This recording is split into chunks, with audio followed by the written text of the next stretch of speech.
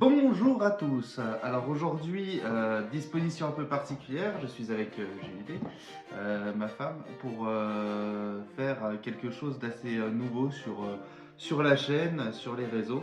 On va faire ce joli, hop, ce joli puzzle en 3D de chez Ravensburger.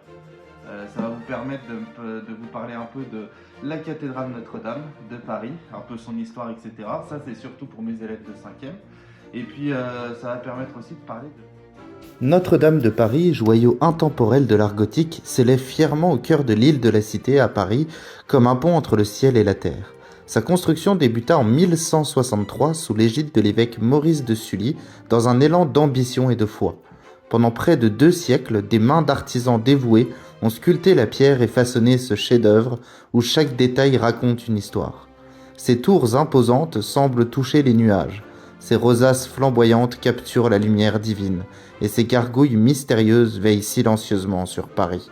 À travers les âges, Notre-Dame a été témoin de triomphes et de tempêtes. Elle a accueilli des rois, survécu à la Révolution et pleuré sous les flammes en 2019. Pourtant, elle demeure debout, symbole éternel du génie humain et du sacré.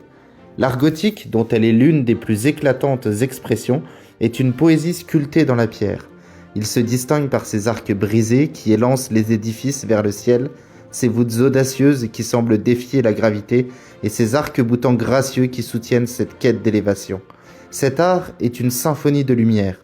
Les immenses vitraux colorés transforment les rayons du soleil en kaléidoscope divin, baignant les âmes dans une atmosphère céleste. L'architecture gothique n'est pas qu'un style, c'est un chant spirituel, une invitation à lever les yeux vers l'infini et à ressentir la beauté du divin dans chaque pierre et chaque éclat de lumière. Voilà. Là, on est bon. Voilà la pièce. Eh bien, on a mis 1h38 à finir ça. C'est très joli puzzle en 3D.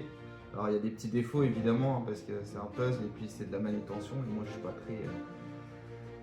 très manuel là-dessus, mais en tout cas, voilà la cathédrale de Notre-Dame de Paris dans sa splendeur. Vous en savez plus maintenant sur l'art gothique et sur son histoire à celle-ci. On va la déposer dans ma salle de classe. Merci beaucoup à Julie D de m'avoir accompagné dans cette construction.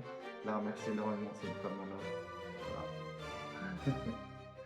Mais moi je vous dis, si ce genre de contenu vous a plu, il y a encore plein d'autres. Ravensburger, ils ont fait d'autres puzzles en 3D. Ça peut être sympa d'en faire d'autres. Donc n'hésitez pas à dire ce que vous en pensez en commentaire, à partager, à liker. Enfin bref, vous connaissez la chanson. Moi je vous dis à bientôt pour de nouveaux jours d'histoire.